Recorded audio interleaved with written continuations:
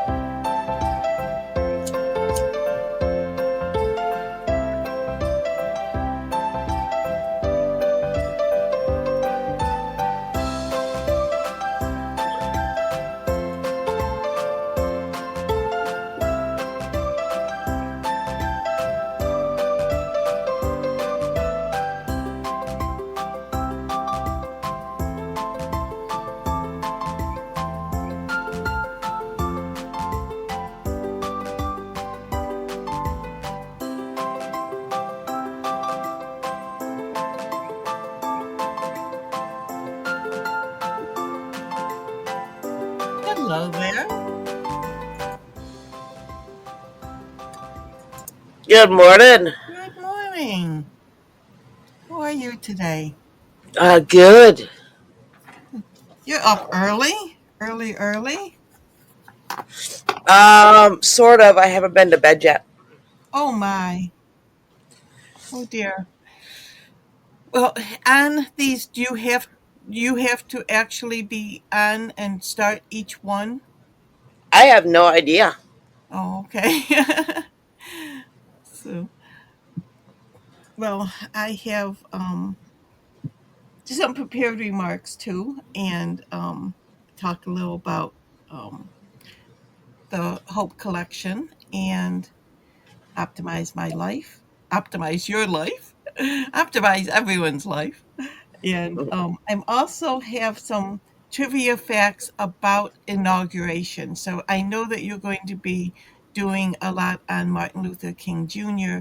on Monday and touching also on the inauguration. But I just found some fun trivia facts about past inaugurations. So I thought that would be fun to dive into. Well, like I was talking to some guys networking yesterday, and having a hard time remembering the last time inauguration actually fell on Martin Luther King Day.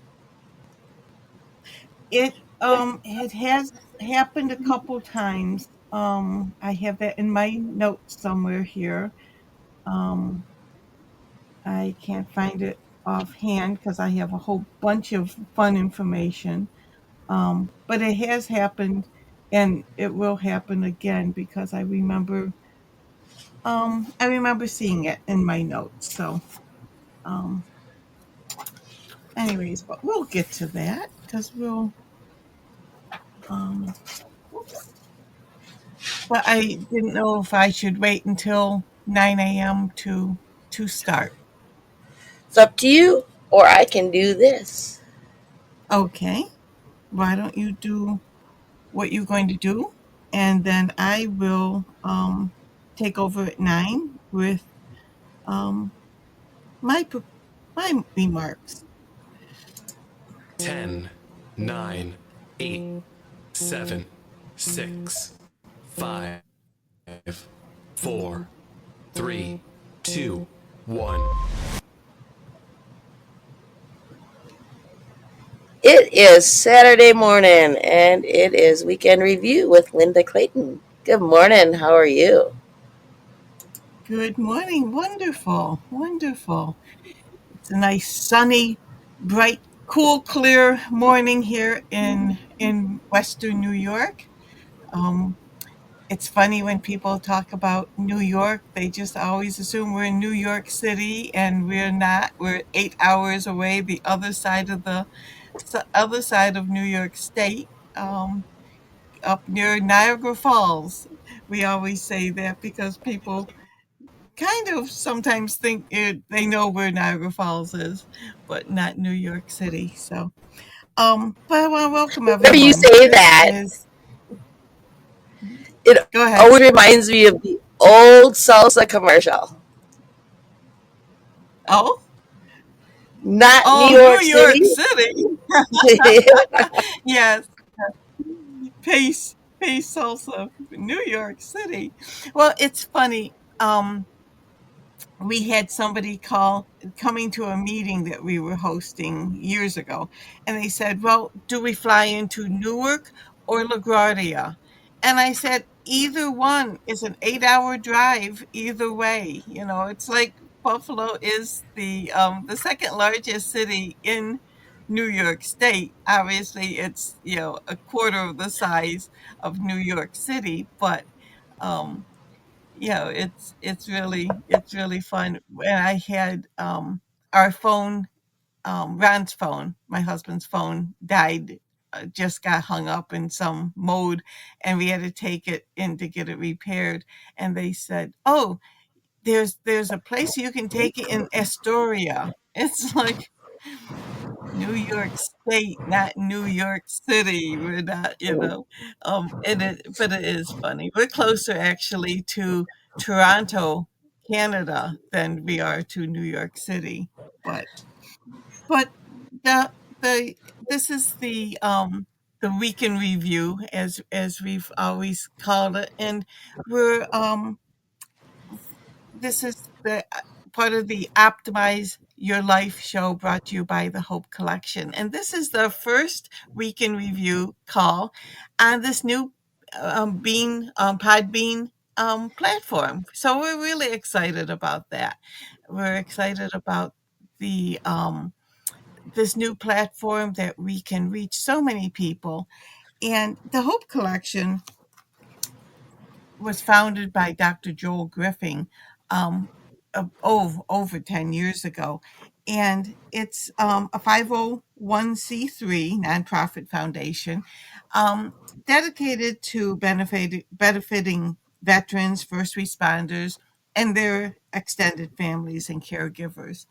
And the Optimize My Life show, um, just is a way, is our outreach. We're kind of like an umbrella, if you were, that we have. We're connectors. We can connect, veteran education opportunities, certification, income opportunities, coaching and mentoring. Um, we have Monday through Friday. We have a lot more. There's going to be a bunch of different shows on this platform. Ones I'm going to highlight is from noon to 1 U.S. Eastern Time, um, daily. There's a show. Monday is Hometown Heroes, and our own Mary Stanley will be talking. We'll be heading that up this coming Monday, and it's also Martin Luther King Jr. Day, as well as Inauguration Day here in the States. Tuesday is Travel Tuesday with my husband, who is right now the president of the Hope Collection, and Rick Reese, talking about the benefits of travel and the business behind travel.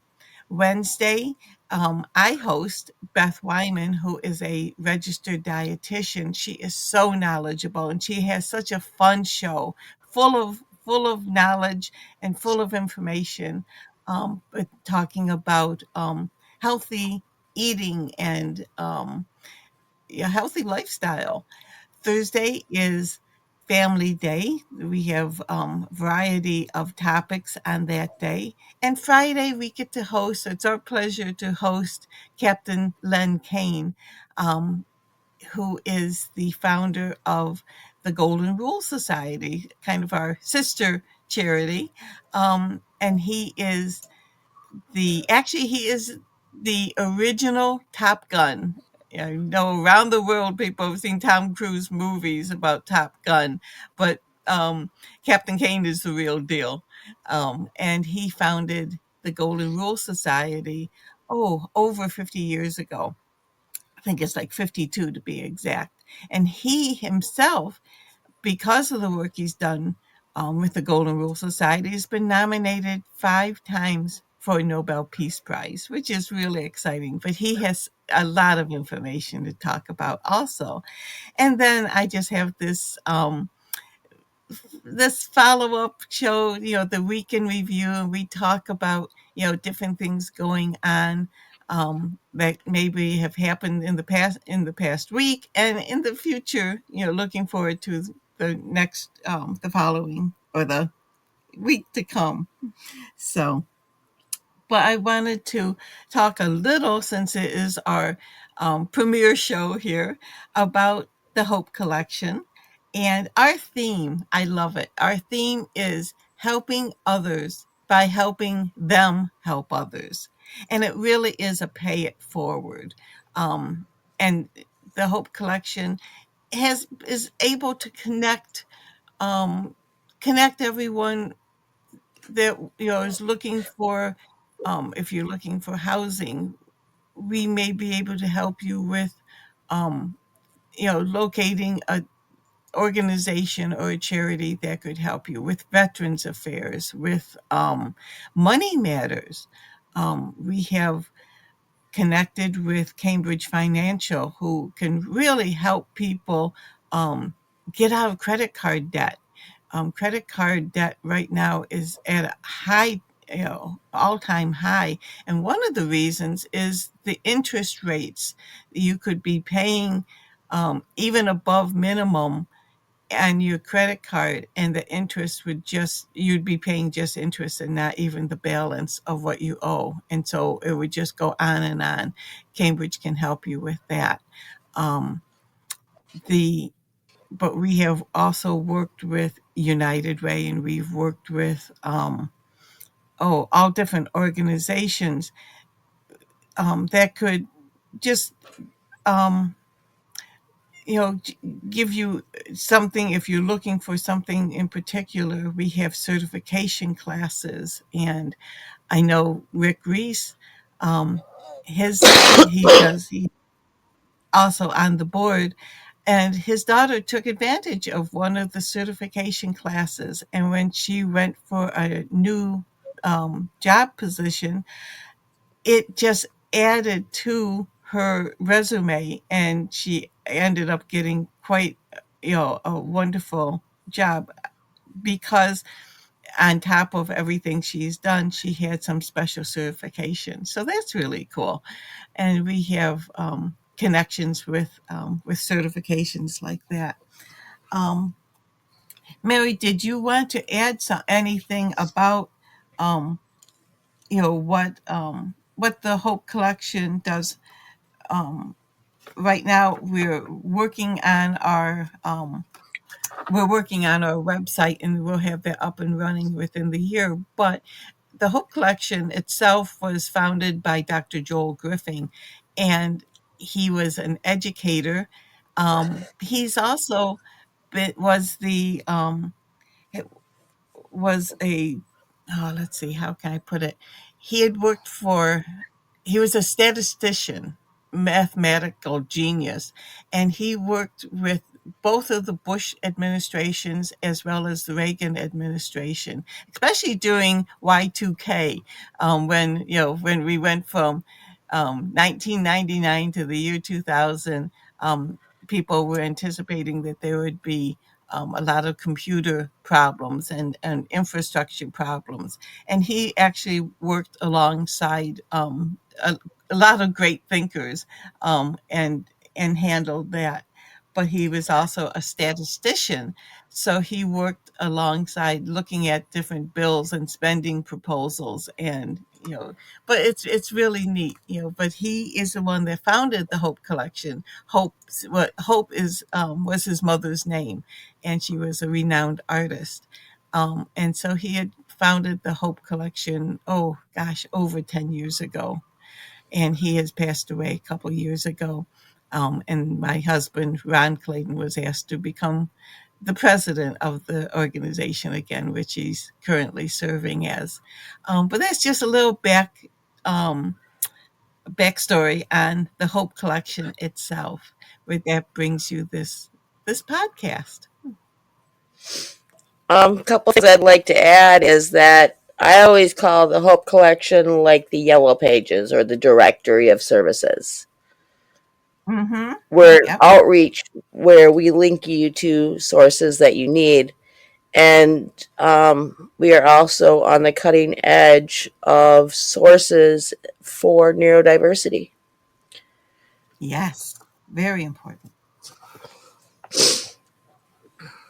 And we are not just local, we are international.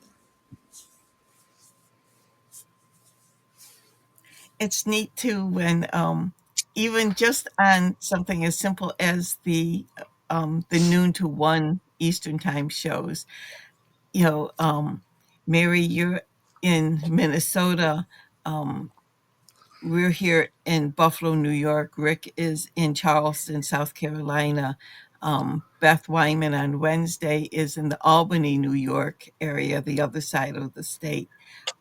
Thursday, a lot of times, is Bob Oakley, and he's in New Jersey. And then Captain Len Kane, is in Coronado, California. So, I mean, even that one noon show, is from people all over the country. Um, and I know on, the other shows that you were very involved in is also just people from all over, as you said, all over the world.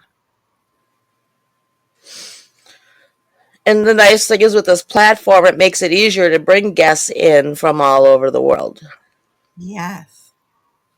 Yeah, so we're really looking forward to, um, with Podbean and having just just that outreach that's just going to be so exciting, because the more that we hear from other people, the more we learn. We can share ideas and information and learn about each other, and in a way that if you only listen to your small group of friends, you never really grow. There's A podcast is so important because you're getting more information and ideas, and so that's really really neat. Um, I have just I found some fun trivia, as it were, some information, I should say, more than trivia, about US inaugurations. And it's really neat because we do have what they, the peaceful transition of power. Every 4 years, we have a major election, um, and can just really completely change the course and direction of a country. And it's not just in U.S. It's not just um, a democratic um, election. It's not majority rule because in states like California or New York, where there's so much population, if it was just straight popular vote, um, people in smaller states or less populous states would not have the same amount of say. And so it's really is a so we have a two prong. We have the popular vote, which President Donald Trump did win, but we also have a oh, what is the word? Help me out here. Um, Electoral? yes, and so in that way, it's balanced. And actually, President Trump actually has both the popular vote and the electoral college vote. Um, and if you don't He mind, I'm just won. going to go through some of this interesting facts. In fact, a couple of the questions, Mary, that you had raised is in this information. So Donald Trump will take the oath of office at noon on Monday in the west front of the U.S. Capitol. When he does so, he'll become just the second president after Grover Cleveland to serve two non consecutive terms as president.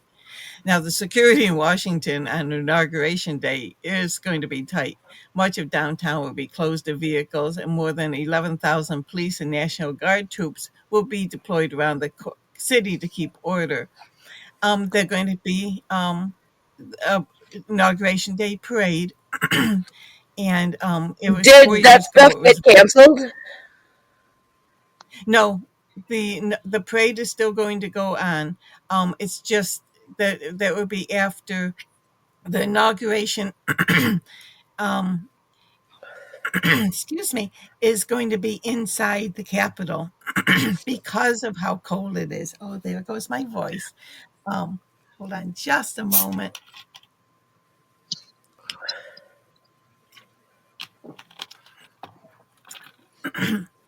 Excuse me. So as we get, excuse me, as we get set to mark one of the hallmarks of U.S. democracy, the peaceful transition of power, here's a few lesser known facts about presidential inaugurations. Donald Trump will be sworn in as the 47th U.S. president, but he'll be only the 40th person to give an inaugural address. John Taylor, um, Millard Fillmore, Andrew Johnson, Chester Arthur, and Gerald Ford were all vice presidents who ascended to their own, so they never gave an inaugural address. I thought that was interesting. Um, Grover Cleveland held two Cleveland. consecutive terms as president. And as a result, he is counted as the 22nd and 24th president. Trump will be the 45th and 47th president for the same reason. Now, it's funny, the 20th Amendment to the U.S. Constitution is very specific about the date in which power transfers from one president to the other. In fact, it even dictates the transition down to the minute. According to the amendment, the president elect officially becomes the sitting president at the stroke of noon on January 20th. This is true regardless of if the president has taken the oath of office or not. And all but two elected presidents took the oath of office in Washington, D.C. Washington did not become the nation's capital until 1800, just before Thomas Jefferson was sworn in as the third president. George Washington took the oath of office for his first term in 1789 in Federal Hall in New York City, at which time, at, at the time, was the capital of the United States. The capital moved to Philadelphia the next year, so Washington was sworn into office for his second term in 1793 in the Senate Chamber of Congress Hall. Now, John Adams was sworn in as president in 1797 in the House Chamber of Congress Hall in Philadelphia. And every elected president since has taken the oath of office in Washington. Although there, I'll tell you about the four that took it outside of Washington and for the reasons. Teddy Roosevelt was assumed the role of president following the assassination of William McKinley. He was sworn in at the private home of Ansley Wilcox in Buffalo, New York. And there's a wonderful, wonderful museum. It is it's so it's it's just a really neat museum about the about uh, both McKinley and Teddy Roosevelt. And then, following the assassination of John F. Kennedy, Lyndon Johnson took the oath of office on November 22nd, 1963, while flying aboard Air Force One. The oath was administered by Judge Sarah Hughes, who became the first woman to inaugurate a president. It's neat. because the presidential oath of office is written into the U.S. Constitution. Article 2, Section 1 of the Constitution stipulates before he entered the execution of his office, he shall take the following oath. I do solemnly swear or affirm that I will faithfully execute the office of President of the United States and will do the best of my ability to preserve, protect, and defend the Constitution of the United States. Um, let's see. There's a whole bunch of other. You know what's kind of interesting? When you swear into the military, Mhm. it's very similar to the oath of office. Yes, I noticed that. I noticed that the preserve and protect. Yes, um, that is really cool. Um, I have a question. Go ahead. Good morning. This is Ron. Yeah, I want to know, do all the officers, like people that got elected to be like a House of Representative or a senator, or do they all have to retake the oath of office every year? I don't know. I would. I I don't. think they have to retake the oath. I'll look it up when they're reelected. Yeah, they That's could. right. Yes. Yeah. Usually they do that most of the time they do that on January 1st. Um, well, it's interesting because talking about presidents, more presidents have been inaugurated in March than in January. 37 inaugurations have been held in March. Trump's inauguration, um, 23 will have been in January. Until 1937, presidents were inaugurated on March 4th. Um, or March 5th if March 4th fell on a Sunday. The 20th Amendment moved Inauguration Day to January 20th. Um, let's see, FDR's second inauguration was the first to be held on January 20th. The only elected president not to be inaugurated on either January or March was George Washington. Um, he was inaugurated April 30th, 1789. John Kennedy was the last president to wear a top hat to his inauguration. Wearing top hats to the inauguration ceremony used to be tradition.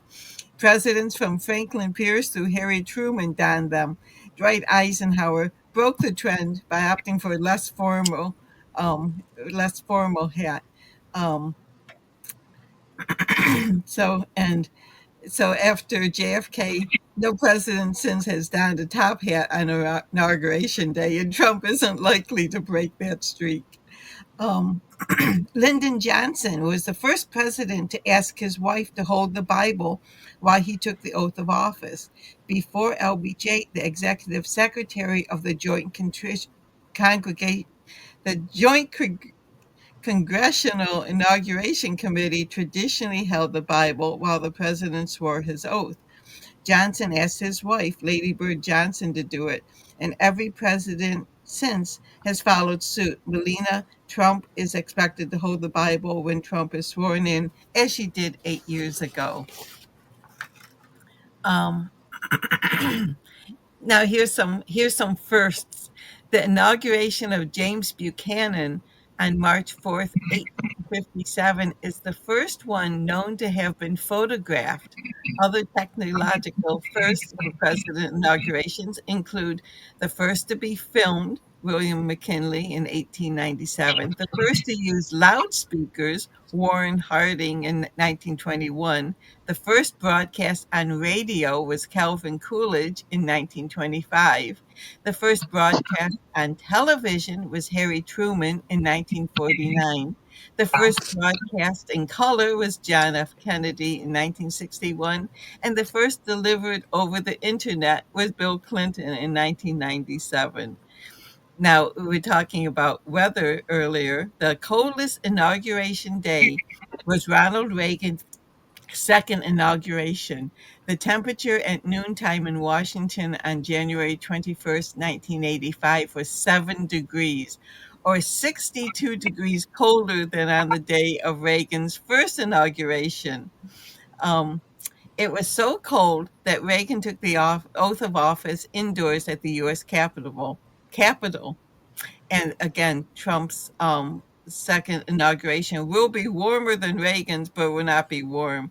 It's going to be on Monday, probably sunny and windy with a high in the mid 20s. Um, so that is why they decided to have the ceremony um, inside in the Capitol, because he just said, not to you know, elderly people and even young people, standing that long outside is not good. Um, although Ronald Reagan holds the record for the coldest ever inauguration day, Ulysses S. Grant ceremony, which took place on March 4th, 1873, came in second. High winds and a temperature of 16 degrees led to the food and all the champagne for the reception freezing. So did hundreds of caged canaries, which had been brought in for the festivities. Here's the answer to your question, Mary. This year's inauguration will be just the second to fall on Martin Luther King Jr. Day. Congress in 83 decreed that the third Monday in January would be a federal holiday to honor civil rights leader Reverend Dr. Martin Luther King Jr. Over the intervening 4 decades, Inauguration Day and Martin Luther King Jr. Day have coincided just once. That was in 97 when Bill Clinton was inaugurated for his second term. Now, Inauguration Day will next fall on Martin Luther King Jr. Day on January 20th, 2053. So well, let's see what we can. The shortest inaugural the shortest inaugural address was a lot shorter than this me talking about this. George Washington's second inaugural address just ran 135 words, or about the length of two recitations of the Lord's Prayer. But then on March 4th, 1841, William Henry Harrison set the record for the longest ever speech when he spent nearly 2 hours delivering an 8,445 word inaugural address. It was a lot of talk for a short lived presidency. Harrison died 1 month later. Um, and they, one of the, it was a chilly March day in Washington, and the president stood outside without hat, gloves, or coat. Later, he was out walking and got caught in a downpour. Soon, he came down with a cold that turned into pneumonia. Um, however, recent analysis by medical experts has cast doubt on this popular version of Harrison's death, with many commenters questioning whether a cold contracted in March could lead to a death a full month later. Research suggests that Harrison may have acquired typhoid fever from drinking Washington's tainted water supply, which ultimately led to his death in April. So, so when you think of the dangers of becoming president, bad weather and bad water could could also be contributing factors. But I thought some of those trivia about inauguration was quite interesting. Here's a cool fun fact, and then I'll get to Ron's question. The Constitution does not say what swearing in must include. So most presidents choose a Bible, as George Washington did, but Quincy Adams used the Book of Law, and Teddy Roosevelt didn't use any book. Right, right. Um, when Roosevelt was inaugurated here, sworn in here in Buffalo, he just raised his hand, um, and avowed that way. And I thought it was interesting because I've always seen the first lady holding the Bible for their husbands, but that again wasn't always the way. And much like wearing the top hats, things, you know, it, it's things like that are not written in stone. Although I thought it was funny about exactly at noon, is when um, the power, the changeover of power, even if they don't get all the swearing in exactly at noon, the change of power does take place. So, Ron, in answer to your Your question, question. at the start of each new Congress in January of every odd numbered year, the Oh, entire House of Representatives and one-third of the Senate takes the oath of office. For members of the House, the Speaker will direct the members to rise and the oath is administered. Senator elect takes the oath of office from presiding officer in the open of the session of the Senate. uh-huh. I think it's interesting. The infamous January 6th cabal that did not, well, whatever they call it, happened. Um, the change of the guard when President Biden came to office was automatic, so it didn't matter whatever they claimed that President Trump didn't matter. The automatic, it's already in place that President Biden became the president. So that whole thing was just a sham of Mm-hmm. them trying to arrest President Trump and put him in jail so he couldn't run again. And that just is another confirmation of me. And to me, it shows again that our forefathers had the insight to realize that we would change. And there's nothing you can do. It's automatic. It happens, and it's official, and it happens in spite of whatever anybody thinks it can do. It's not. It's not relevant. So I just think it's interesting. The And it, people. again, the peaceful transition of power, um, the way that our Constitution is written, and the tradition, and when you realize we've only had what 47 presidents, um, in our whole history, 47. We, you know, it's and there's a whole scope of countries and governments around the world. When you realize, we've only had, less than 50 presidents in our whole history, but we've had peaceful transition of power. And so that, we don't have a coup taking over, or anything like that. And so we have both a popular vote and a why am I constantly not um Electoral vote. the electoral vote? That's the word, electoral. Um and that is such a great protection.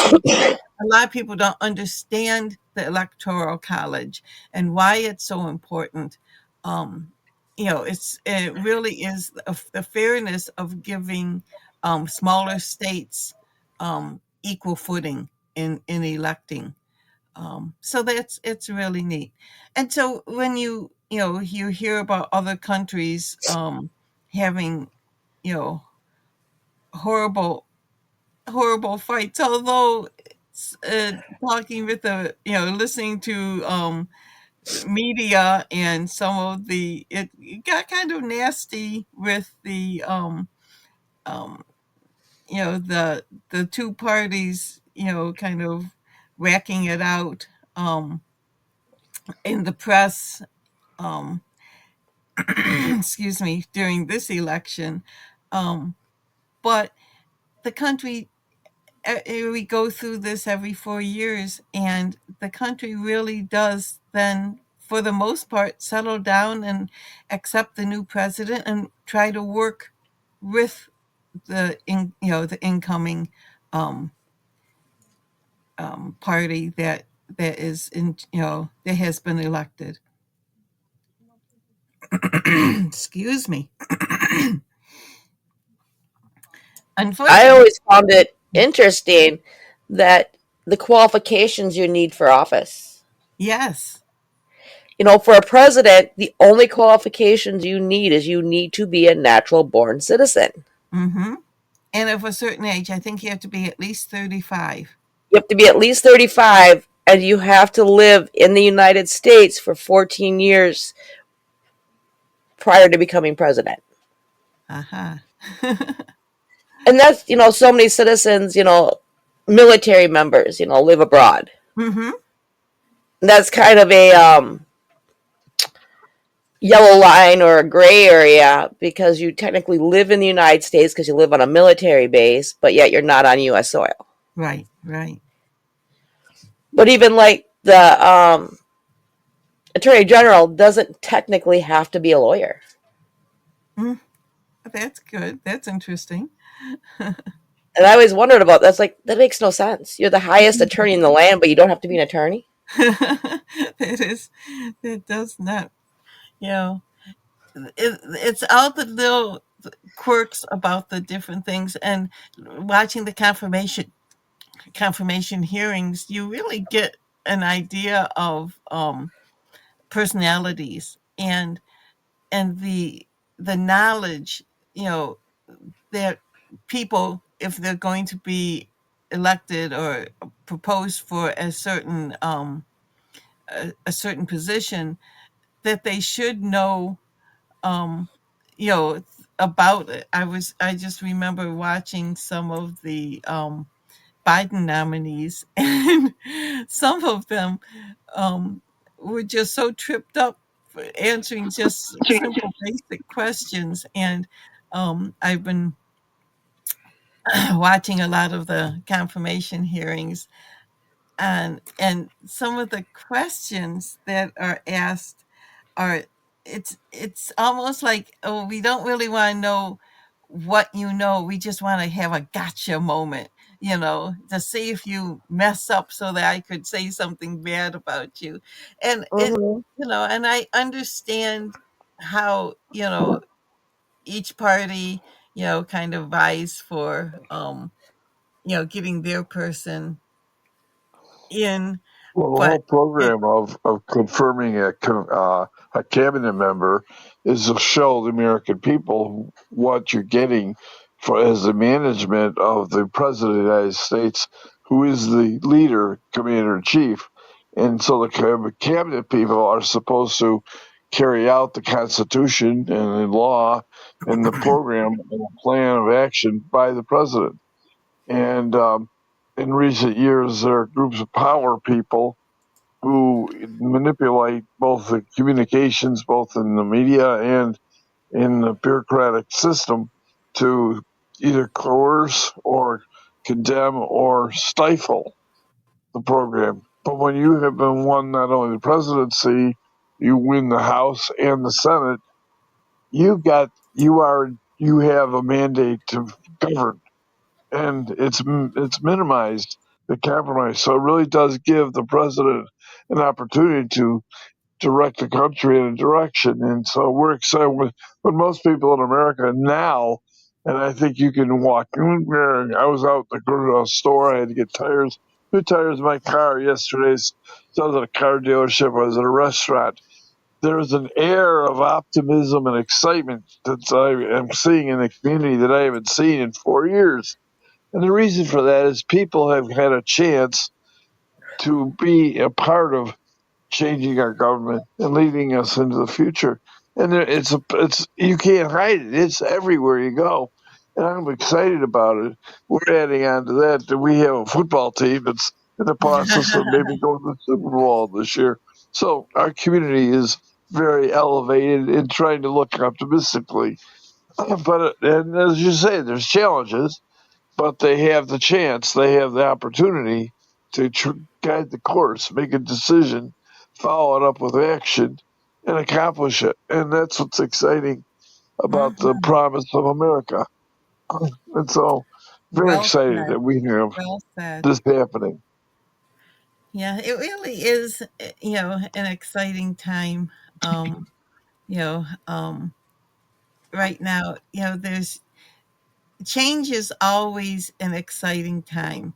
It can be a nerve-wracking time too, but I think it's more exciting. And it's just really how you look at things, and looking positively that this change is going to be good.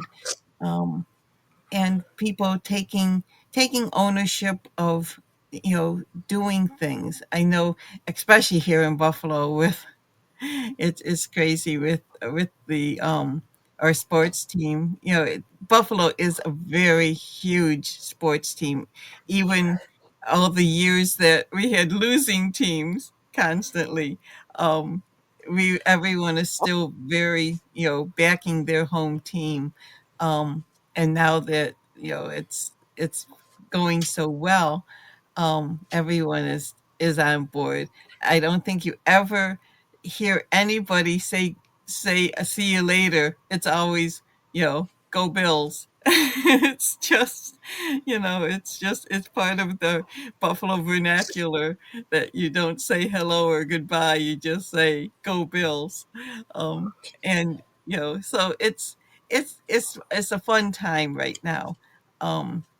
Win or lose, um the era of excitement and expectations, um for you know for prosperity and for things changing. The air of expectancy is really very strong right now. So that has just made just people out and about just talking. And again, and that's why I love the podcast, because it's people just sharing ideas. And yesterday was yesterday yesterday, while we were on with Captain Kane, somebody from India was able just to type in meetings, and that was exciting.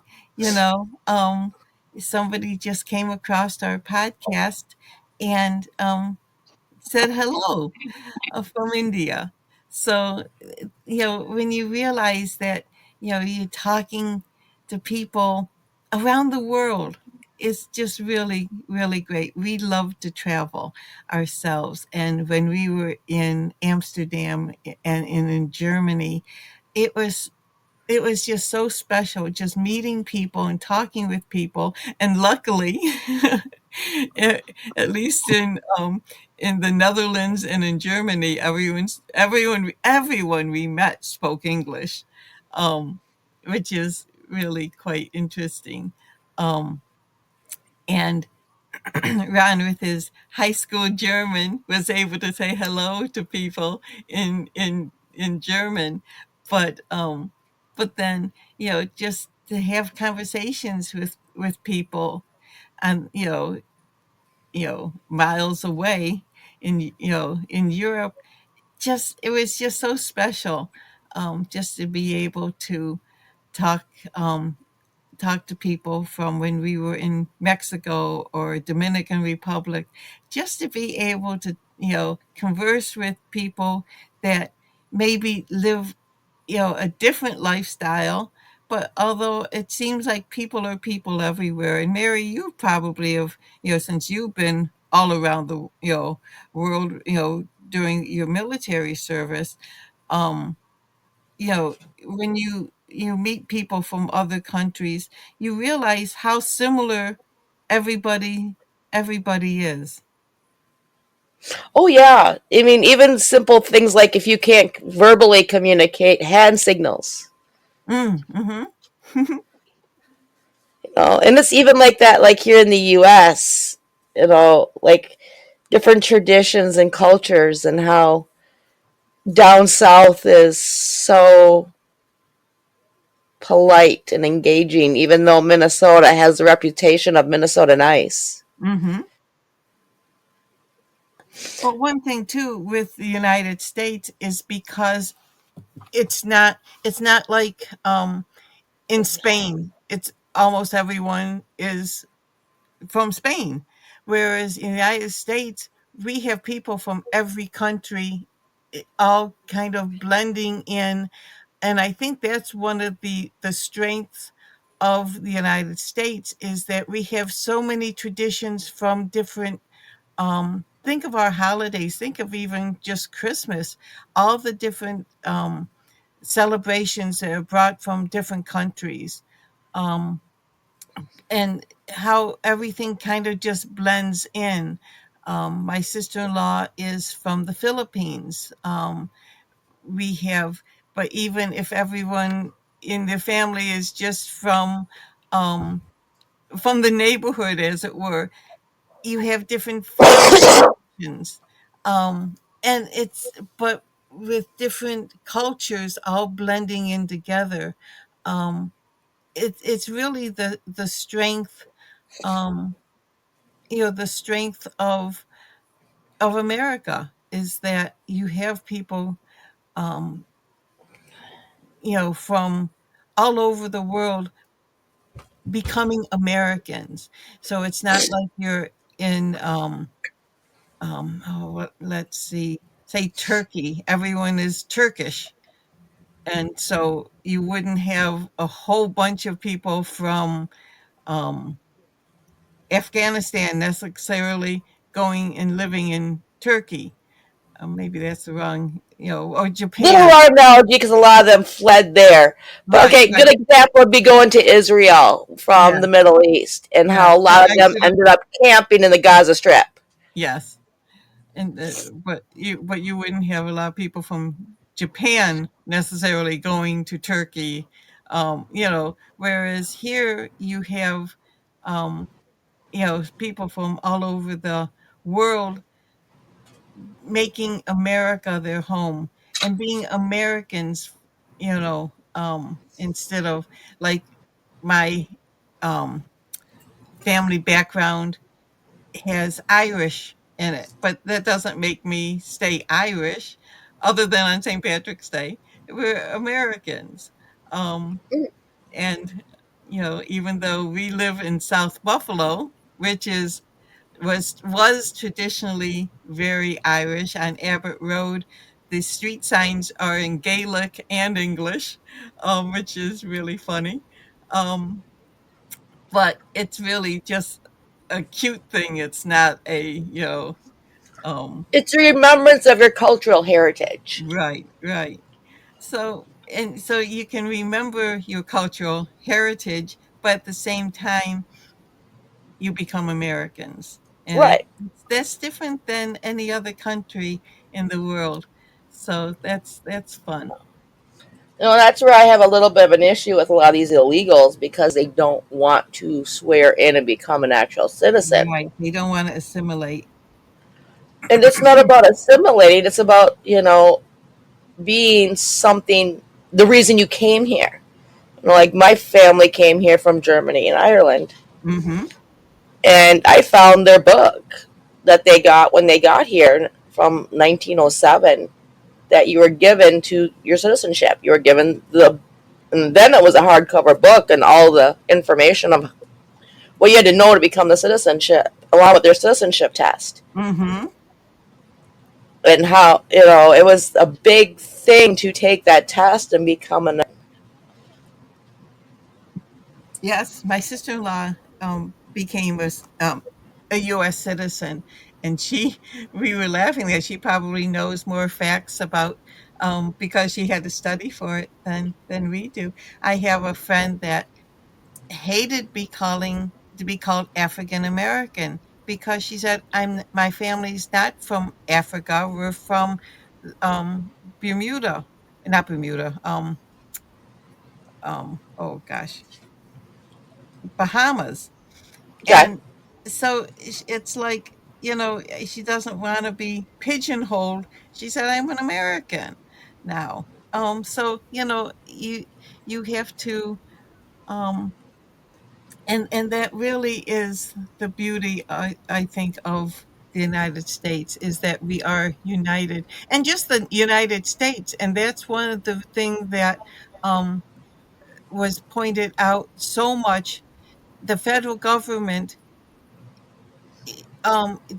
each individual state has its own constitution and has its own rights and its own way of doing things. The federal government kind of oversees everything, but at the same time, each we are United States, but we are all separate states, and so um, that's really important too.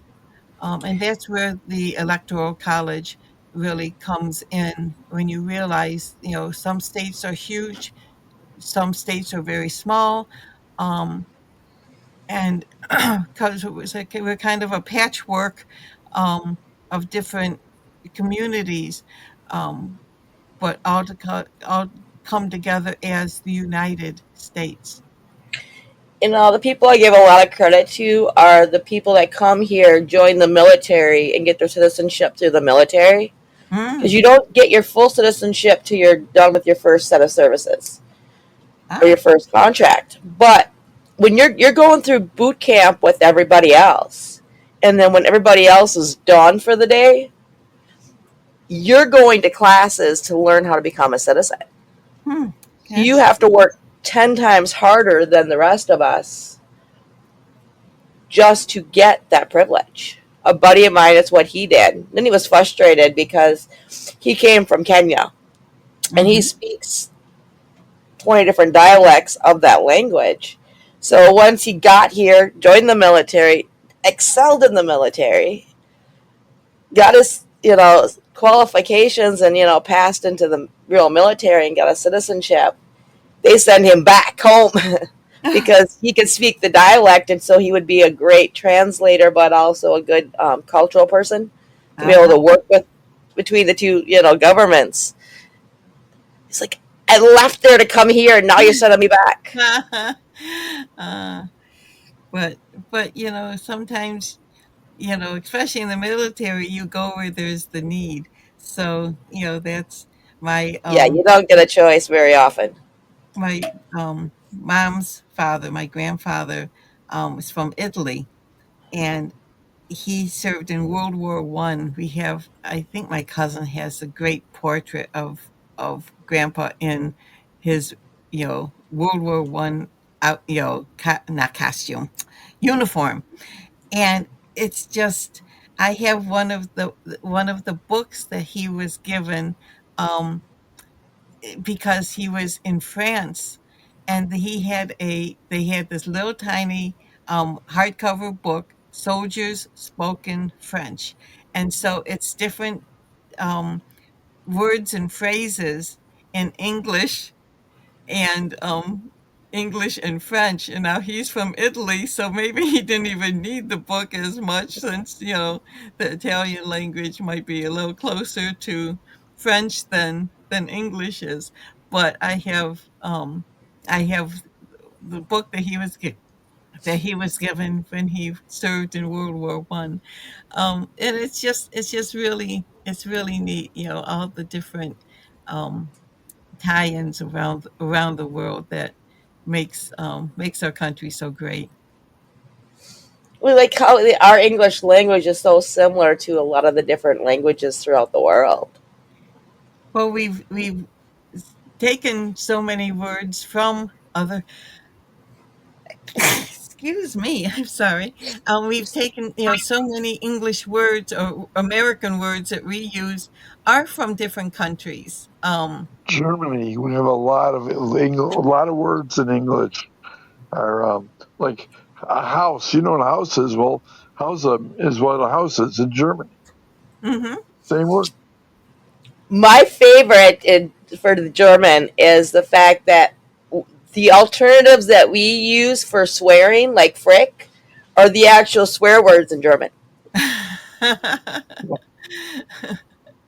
Oh, gosh, that could be dangerous. So, um, yes, and it's when they in Star Wars, I remember that they used some African dialect when in that bar scene where you have all the different aliens from all over the galaxy or whatever, um, and They used this, what they thought was this obscure dialect from Africa. And so, but sometimes you don't realize that movies are shown all around the world. And so, um, In World War II, the American Army used Navajo Indians to communicate because they nobody could translate it. yes, yes, yeah, the code, All the D-Day communications were done in Navajo. It's a tribute, really, as you think about it. yeah, that's really cool. That's really so. Well, thank you, for Ron and Mary, for coming on today, and for our inaugural Saturday morning show with a with our new um Podbean platform. But it's been a wonderful time of sharing, so I appreciate that. And so we do look forward to Monday show again, noon to 1 Eastern US time. And Mary will be talking about, she talks about hometown heroes and Dr. Martin Luther King Jr. and President um, Donald Trump, with the inauguration. So she'll be covering both that. And so anyone that's hearing this show, listen in on Monday, Tuesday, Wednesday, Thursday, and Friday. And we'll have more shows to add. I'll be able to, in coming weeks, talk about some of the other show times and topics. But with that, I'm going to say have a wonderful Saturday. Stay And warm. yes, stay warm. Although it looks nice and clear and sunny, we had about a foot of snow over the last couple of days. But again, in Buffalo, within hours, the streets are bare, and it's pretty. I got out and shoveled the sidewalk in front of our house, and shoveled around. Where Ron came home with brand new tires on our car. um, just staying safe, getting updating things as needed. So, but with that, I'll say goodbye for today and have a wonderful day and have a wonderful weekend. And don't forget tuning in on Podbeam on Monday for Hometown Heroes. Bye bye, everyone. Have a good day. Bye for now. Okay, thank you.